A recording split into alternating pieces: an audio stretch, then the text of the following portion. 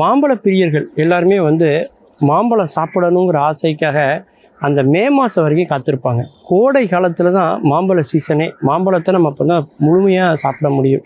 அப்படி மாம்பழத்தை சாப்பிடக்கூடிய அந்த மாம்பழங்கள் சுட்ட பழமா சுடாத பழமா?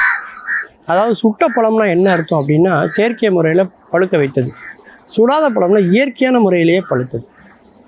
மாங்காய் மாம்பழமாக இயற்கையிலேயே மரத்திலேயே வந்து மாறும்.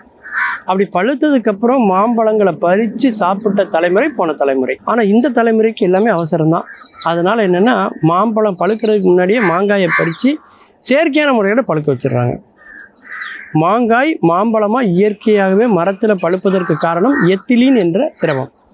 அந்த திரவம் வந்து பார்த்திங்கனாக்கா செயற்கையான முறையில் மார்க்கெட்லேயே நமக்கு கிடைக்குது. அந்த எத்திலீனை நம்ம தெளிக்கிறதன் மூலமாக மாங்காய் வந்து மாம்பழமாக மாறுது. ஆனால் அதை கூட ஓரளவுக்கு ஒத்துக்கலாங்க. ஏன்னா அதில் அந்த அளவுக்கு பக்க விளைவுகள் இல்லை அப்படின்னு சொல்லலாம். ஆனால் அந்த மாதிரி மாங்காய் மாம்பழமாக மாறுவதற்கு 2 நாட்கள் ஆகும் செயற்கை முறையில் உருவாக்குறதுக்கு. இதுக்கு கூட இன்றைக்கி நமக்கு பொறுமை இல்லாமல் உடனடியாக உருவாக்கணும்னு நம்ம நினைக்கிறோம். இதை எல்லா சில்லறை வியாபாரிகளும் செய்கிறாங்கன்னு சொல்ல முடியாது, செய்யலைன்னு சொல்ல முடியாது. ஆனால் மொத்த வியாபாரிகள் இதை செய்கிறதாக சொல்லப்படுது. குடோன்களில் நிறைய பழங்களை டன் கணக்காக வாங்கி அடுக்கி வச்சுருக்காங்க. வியாபார நோக்கத்துக்காக கொள்முதல் பண்ணுறதுக்காக வந்திருக்காங்க. அப்படிங்கும்போது இவங்க என்ன பண்ணுறாங்கனாக்கா அதை வந்து கார்பைடு கற்கள் அதில் வந்து தூவுறாங்க.